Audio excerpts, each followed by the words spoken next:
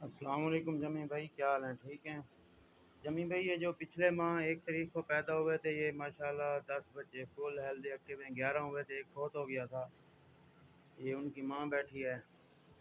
ये दिसंबर में जो पैदा हुए थे 6 बच्चे, ये 4 ये फीमेल बैठी हैं, जो 2 ब्रोकन में इस टाइप कलर में ना नर थे, हमने किसी को गिफ्ट कर दिए।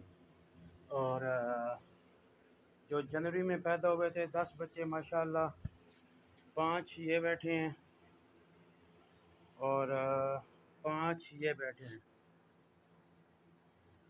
ये पहले वाला नर जो आपसे ले गए थे, लेकिन इसमें थोड़ा सा मसला आ रहा है। ये देखें, इसके कान काले हो रहे हैं। इसकी वजह क्या है, ये भी थोड़ा समझा दीजिएगा। और एक ये माशाल्लाह नर बैठा है। और ये हमारे फार्म का व्यू है। माशाल्लाह बहुत अच्छा बिजनेस है। सब दोस्तों से कहते हैं कि ये करें, आसान है। ये टेम्परेचर चल रहा है जो भी इस टाइम 28.8 चल रहा है। ये हमारे फार्म का फुल व्यू है जी। अस्सलाम वालेकुम रहमतुल्लाहि व बरकातहू।